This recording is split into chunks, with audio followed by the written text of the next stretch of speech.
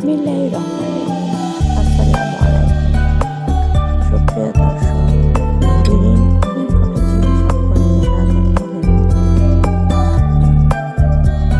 সূরা বুরুজের 21 এবং 22 নম্বর আয়াতে বলা হয়েছে, বস্তুত ইয়া মরিয়ম কোরআন যা লৌহে মাহফুজে লিপিবদ্ধ রয়েছে।